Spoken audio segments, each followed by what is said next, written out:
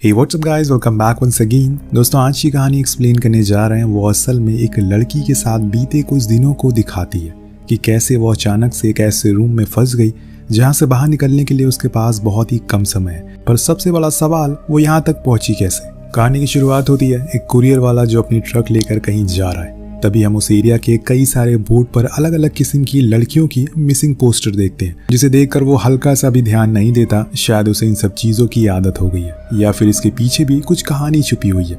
अब वो आदमी एक घर के आगे ट्रक को रोकता है और फिर कुछ रस्सी और कुछ सामानों को वहां रखने लगता है और गम चबाते हुए निकल जाता है। यहाँ हम एक और बात नोटिस करते हैं कि उसके हाथ में चोट लगी हुई है और कुछ इस तरह से इस कहानी का इंट्रो होता है, जिसके बाद यहाँ से शुरू होती है असली स्टोरी। कैटी नाम की लड़की, जिसको हम एक स्क्वायर शेप रूम में देखते हैं जो कि साउंड प्रूफ है, वो असल में सो कहीं और रही थी और जब उसकी आंख खुली तो उसने खुद को यहाँ पर पाया। ये रूम बहुत ही अजीब होता है, ऐसा लग रहा था कि मानो किसी जेल जैसा हो। दीवारें बहुत ही ज्यादा मोटी थी। कैटी उठने की कोशिश करती है लेकिन उठ नहीं पाती। उसकी पूरी बॉडी में दर्द हो रहा था लेकिन वो फिर भी कोशिश करके उठ ही जाती है। तभी उसे जमीन पर रेंगता हुआ एक कीड़ा दिखाई देता है, जिसका ये साफ मतलब है कि इस रूम में कोई तो दरार जरूर है जहाँ से ये कीड़ा अंदर आया होगा। अगर उस दरार को कैटी ने ढूंढ लिया तो वो भाग सकती है, लेकिन उसको यहाँ पर बंद किसने किया, क्योंकि यही हमें जानना है और आपको भी, जिसके लिए कहानी में बने रहिए। और दूसरी चीज, इसके पीछे क्या मोटिव है। अब वो आगे बढ़ने की कोशिश करती है लेकिन उसके पैर लड़खड़ा रहे थे। उसे रूम में कुछ अजीब सी चीजें देखने को मिलती है, जैसी कि एक घड़ी जो कि अभी चल नहीं रही है। वॉल पे बड़ा सा 9 नंबर लिखा हुआ और आखिर में एक गेट जो कि पूरा लोहे का है। लेकिन कैटी को लगता है कि शायद वो उसे ओपन कर लेगी, इसीलिए वो उसके पास जाती है। उसे खोलने की कोशिश करती है लेकिन कुछ नहीं होता।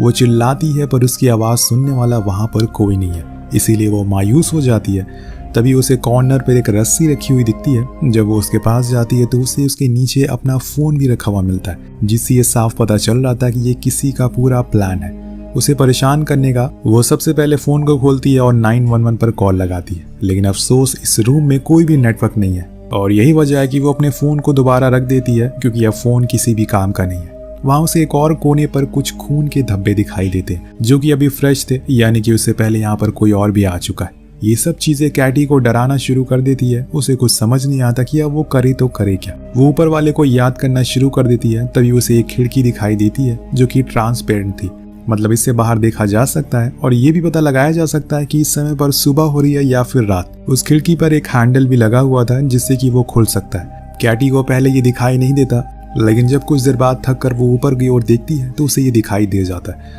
और अब वो उसे पकड़ने की कोशिश करती है, लेकिन इतनी आसानी से वो यहाँ से बाहर तो निकल नहीं सकती।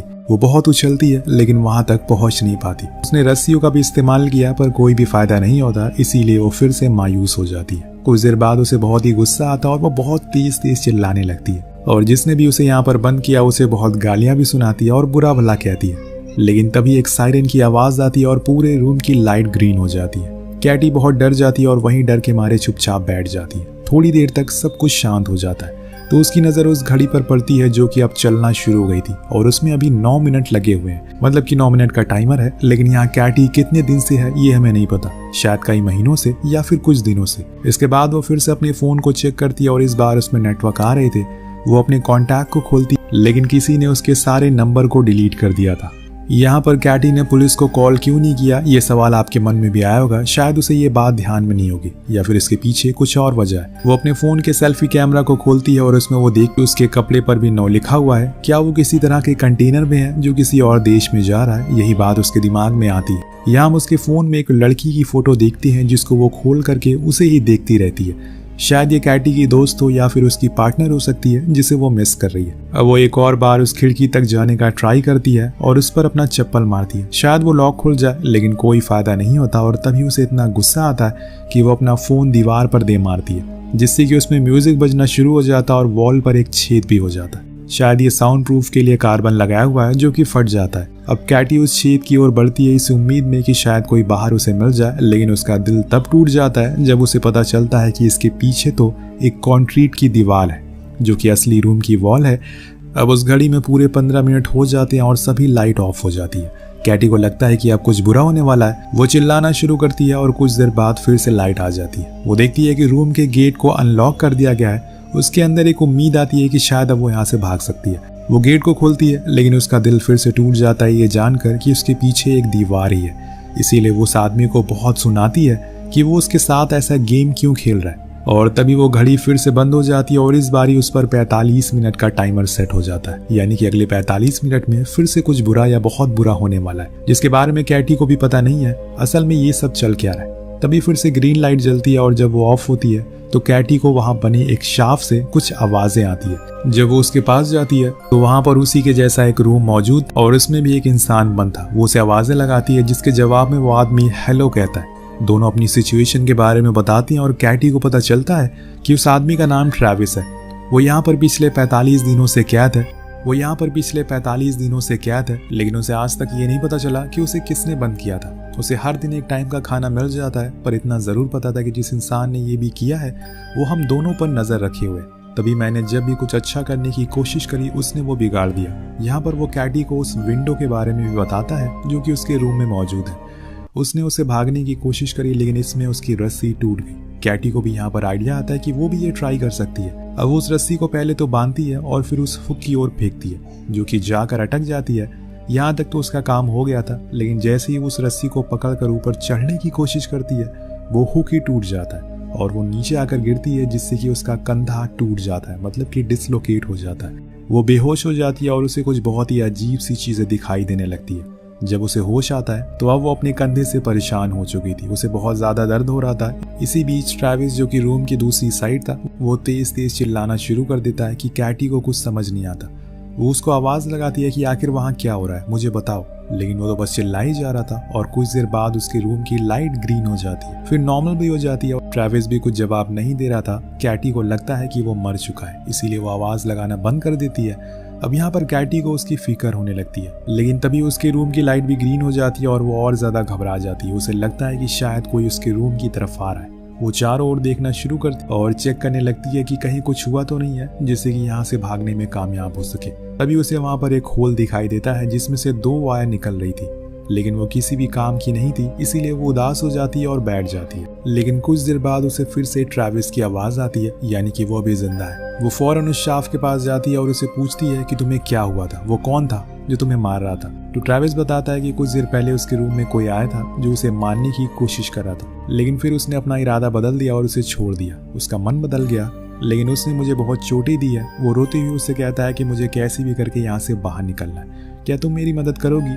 वो हाँ में जवाब देती है और फिर उसे अपने कंधे के बारे में भी बताती है, जिसके बाद वो कहता है कि तुम्हें सबसे पहले तो अपने कंधे को ठीक करना होगा, क्योंकि तभी तुम यहाँ से भाग पाओगी। वो कहती है कि ये कैसे ठीक होगा, तो ट्रैविस उसके खुद के कंधे को दीवार पर मारने के लिए कहता है जोर से, जिससे कि वो स्टेबल हो जाएगा। अब वो ऐसा ही करता है और दूसरी बारी में वो ठीक हो जाता, शायद उसमें कुछ मिल जाए। लेकिन पहले कैटी उस शाफ की जाली को खोलने की कोशिश करती है, उसी टूटे हुए हुक की मदद से खोलती है और ऐसा ही ट्रैविस को भी करने को कहती है, लेकिन अभी वो कुछ जवाब नहीं दे रहा था। अब शायद उस आदमी को पता चल गया होगा कि ये लोग यहाँ से भागने की कोशिश कर रहे हैं। वो बार बार ट्रैविस से कहती है कि तुम भी ऐसा ही करो, मैंने इस जाली को बाहर से निकाल दिया, इसकी मदद से तुम पार जा सकते हो। लेकिन अभी भी उसकी आवाज नहीं आ रही थी, तो कैटी जाकर उस वायर को खींचना शुरू कर देती है, जो कि बहुत ही लंबी थी। और आखिर में जाकर उस वायर में एक सीक्रेट कैमरे के बारे में पता चलता है। ये वही कैमरा था जिसकी मदद से वो आदमी इन पर नजर रख रहा था, इसीलिए सबसे पहले तो उस कैमरा को तोड़ती है, जिससे कि वो आदमी के सारे कंट्रोल खो जाते हैं और वो अब इन्हें देख नहीं पाता। इसी का फायदा उठाकर कैटी फैसला करती है कि वो शाफ के रास्ते से ट्रैविस के रूम तक जाएगी और फिर दोनों वहां से निकल जाएंगे। लेकिन ये रास्ता बहुत ही ज्यादा छोटा होता है, पर फिर भी कैटी जैसे तैसे करके आगे बढ़ती है। उसे आधे रास्ते में एक ग्रीन लेजर मिलती है जिसकी दूसरी तरफ उसे जाना था, पर जैसे ही वो उसे टच करती है उसकी रूम की लाइट येलो हो जाती है और एक सायरन बजना शुरू हो जाता है, जैसे कि उसके सर में बहुत ही तेज दर्द होने लगता है और कुछ बहुत ही अजीब से विजन दिखने लगता है। और जैसे कि एक आदमी जिसके हाथ खून से सने हुए हैं वो कैटी के गले को दबा रहा है। वो बहुत ही ज्यादा डर जाती और इस डर की वजह से बेहोश हो जाती है। जब दोबारा उसकी आंख खुलती है तो उसका कंधा फिर से डिसलोकेट हो चुका था। वो सबसे पहले तो उसे ठीक करती है और फिर उस मार्क को देखती है जो कि उसके कंधे पर बना हुआ था। वो जगह की स्किन को चेक करती है तो उसे पता चलता है कि उसके अंदर कुछ बहुत ही अजीब चीज है।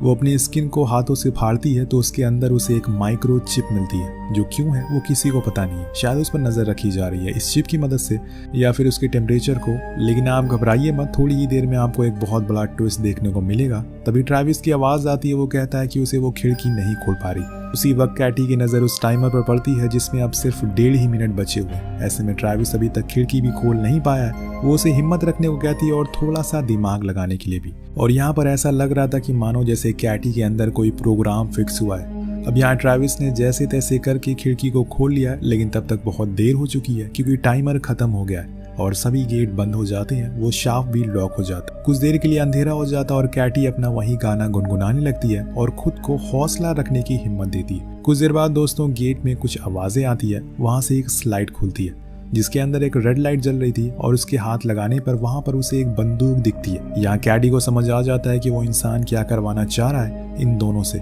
लेकिन वो ऐसा करने वाली नहीं है। तभी रूम की लाइट फिर से ग्रीन होती है और स्मोक भी आना शुरू हो जाता है और बेसिकली ये स्मोक जहरीला होता है। देखकर कैटी उसे बहुत गालियां देती है और उस इंसान को जिन्होंने उसे यहाँ पर बंद किया है। लेकिन तभी उसके दिमाग में एक आइडिया आता है। वो उस विंडो पर शूट करती है जिससे कि उसका ग्लास टूट जाता है और फिर वो उस रस्सी को ऊपर फेंकती है जो जाकर वहां अटक जाती है।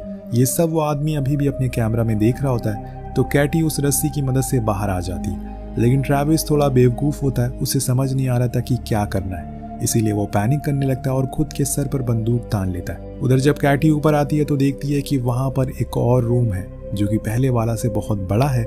वहां एक बहुत बड़ी सी स्क्रीन भी लगी हुई है जिसमें नाइट वॉलपेपर आ रहा है, जिसे देखने में ये लग रहा है कि अभी भी रात हो रही है। वो थोड़ा और आगे जाती है और उसे वहां पर ट्रैविस का रूम दिखाई देता है। तभी वहां वो आदमी आता है जिसे छुपने के लिए वो एक दीवार के पीछे चली जाती है और फिर सही मौका देकर वहां से भाग जाती है। वो आदमी वहीं ट्रैविस के रूम के ऊपर ही खड़ा हुआ था। वो अपने टैबलेट से कुछ कंट्रोल कर रहा था। इधर कैटी भागकर बाहर आती है और नोटिस करती है कि अभी तो सुबह हो रही है और ये असल में किसी कंपनी जैसा एनवायरनमेंट लग रहा है, यानी कि वो किसी कंपनी के बेसमेंट में कैद थी या फिर कुछ और रीजन था। वो कुछ दूर ऐसे ही भागती रहती है और उसे टीवी पर ट्रैविस का ऐड दिखाई देता है। वो बार बार एक ही चीज बोलता है क्योंकि वो एडवर्टीजमेंट असल में एक रोबोटिक कंपनी का था। वो बता रहा था कि हम दुनिया में इंसानों और रोबोटों में डिफरेंस बहुत ही कम करना चाहते हैं, जिससे कि उनमें कोई भी अंतर ना हो, और ये हम दुनिया के बड़े बड़े लीडर के साथ मिलकर कर रहे हैं। ये सुनकर वो बहुत गुस्से में आ जाती है और उस टीवी को तोड़ देती है। तभी उसे वहां पर एक लड़की की फोटो दिखाई देती है जो असल में उसकी दोस्त थी। ये वही लड़की थी जिसकी फोटो हमें कैटी के फोन में दिखी थी और ये इस कंपनी की पहली डायरेक्टर रह चुकी है। इसके बाद वहां पर कुछ लोग आते हैं जिसके साथ एक गाइड भी होती है। वो उस लड़की की फोटो की तरफ इशारा करके बताती है कि यही वो महान लेडी है जिन्होंने इस रोबोटिक कंपनी को खोला था और हमें एक नया जीवन दिया। आगे भी ऐसे ही देती रहेंगी। जिसके बाद वो सभी कैथी को इग्नोर करके वहां से चले जाते हैं। ऐसा लग रहा था कि किसी को कुछ फर्क ही नहीं पड़ता था कि वहां पर कोई खड़ा भी है या फिर नहीं। कैटी गुस्से में उसकी ओर बंदूक तान देती है, लेकिन तभी उसके सर में दर्द होने लगता है और उसे याद आता है कि ये वही आदमी है जिसने उसके ऊपर प्लास्टिक को हटाया था। तभी वहां पर वो अनजान इंसान आता है जिन्होंने इन दोनों को कैद किया था। अपने टैबलेट में एक बटन को दबाता है और कैथी स्विच ऑफ हो जाती है। बूम। यहाँ पर खुलता है इस कहानी का असली प्लॉट। ये कंपनी असल में एक रोबोटिक कंपनी है और कैटी भी इस कंपनी में बनाई हुई एक रोबोट है जिसके अंदर बस इंसानों वाली चीजों को डाला गया है, जैसे फीलिंग, डर, टेंशन, घबराहट, ये सारी चीजें। लेकिन वो कोई इंसान नहीं है। यहाँ उस आदमी के टैबलेट में भी देख पाते हैं कि उसका नाम है मोड 9। इसी वजह से उसके कपड़ों पर लिखा गया था 9 नंबर। दीवारों पर भी। यहाँ से कहानी शिफ्ट होती है और हम कैथी को बीच किनारे पर बैठा हुआ देखते हैं, जिसके पास वही आदमी आता और उसे पूछता है क्या उसे कभी कुछ फील हुआ या कभी ऐसा लगा कि उसे इंसानों से खतरा है। दरअसल दोस्तों ये सब एक टेस्ट था जो कि दोनों पर किया जा रहा था। इन लोगों को देखना था कि क्या रोबोट भी इंसानों की तरह फील कर सकते हैं। इसीलिए जब कैटी को गुस्सा आता था या फिर वो सैड होती थी तब उस रूम की लाइट ग्रीन हो जाया करती थी, जिसका ये साफ मतलब था कि उसे भी फील होता है सेम इंसानों के जैसा। लेकिन जब कैटी को पता चलता है कि वो बस एक रोबोट है तो उसे बुरा लगता है। इसीलिए वो इंसान उसकी सारी मेमोरीज को इरेज कर देता है और फिर उसी रूम में बंद कर देता है और एक और टेस्ट के लिए, ताकि वो और बेहतर रोबोट को बना सके। और इसी के साथ ये कहानी यही खत्म हो जाती है। आपको कहानी कैसे लगी नीचे कमेंट करके जरूर बताएगा। मिलते हैं अगली वीडियो में। Peace out.